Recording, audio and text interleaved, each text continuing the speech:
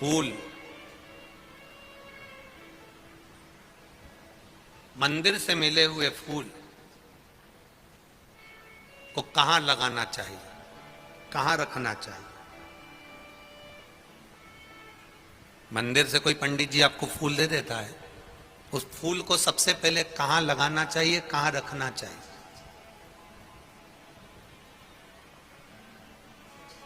मंदिर गए, पंडित जी खुश हो गए, ब्राह्मण देवता प्रसन्न हो गए, उन्होंने मंदिर में से तुम्हें फूल उठाकर दे दिया। इस फूल को कहां लगाना चाहिए, कहां रखना चाहिए? शिव महापुराण में, लिंग पुराण में, पद्म पुराण में, स्कंद पुराण में पुष्प का भी वर्णन है कि मंदिर से मिला हुआ पुष्प नयनों से लगाकर, हृदय से लगाकर अपने कर्ण में लगाया जाता है, कानों में लगाया जाता है। कानों में क्यों?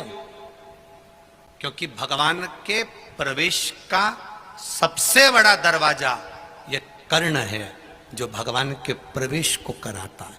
आपने कथा सुनी, उसमें आपको मिला कि एक लोटा जल चढ़ाने से यह प्राप्ति होती है।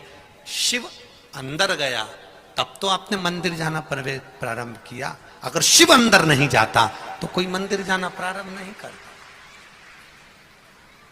लगाया हृदय से, कर्ण पर रखा, कर्ण पर रखने के बाद उसको फिर पुष्प को विसर्जन करने से पहले अगर कोई पंडित, कोई विद्वज्जन, कोई ब्राह्मण जन आपको फूल दे देते हैं, हृदय से, नेत्रों से लगाने के बाद, मस्तक से लगाने के बाद उसे थोड़ी देर कर्ण पर जरूर रखना चाहिए। कर्ण पर रखने के बाद फिर भले उसको उतार कर तुम विसर्जन कर दो, पर कान के छुए बिना उसका विसर्जन भी नहीं होता है। कर्ण का स्पर्श हो, तू प्रवेश का द्वार, ये कर्ण है जिसमें से मेरा महादेव अंदर प्रवेश करा।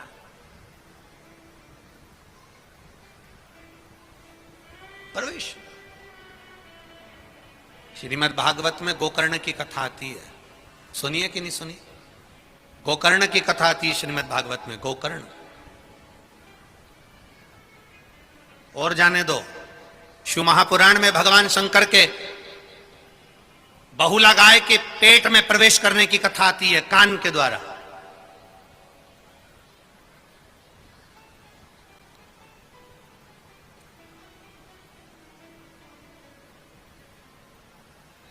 स्त्रियों को सबसे ज्यादा सुंदर आभूषण पहनने की अगर सुंदरता लगती है तो वो कान में ही लगती है।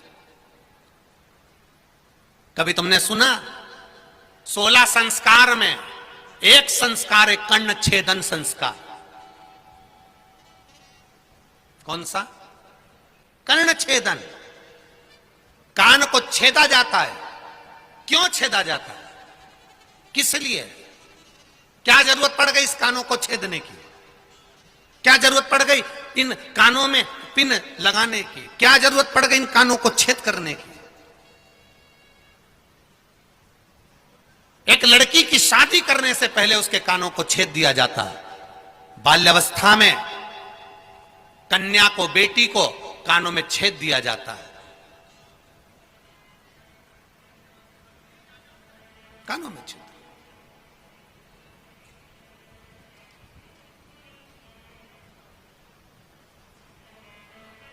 एक कानों में छिद्र, दूसरा जम के बोलो जरा, नाक पर छिद्र। दोनों बड़ी मर्यादा के हैं। कर्ण छिद्र, बेटी को विवाह करने से पहले जब बेटी कुंवारी रहती है, कन्या रहती है, छोटी रहती है, उसके कानों को छेद दिया जाता है। पुरुष, उसके भी कानों को छेदा जाता है। कर्ण छेदन का महत्व क्या कहता है? अच्छा मिले उसको अंदर उतार लो। कोई अगर तुम्हारी बुराई कर दे, अपशब्द कह दे, तो कानों में जो छेद हैं, ये दो छेदों का महत्व बड़ा प्रबल है।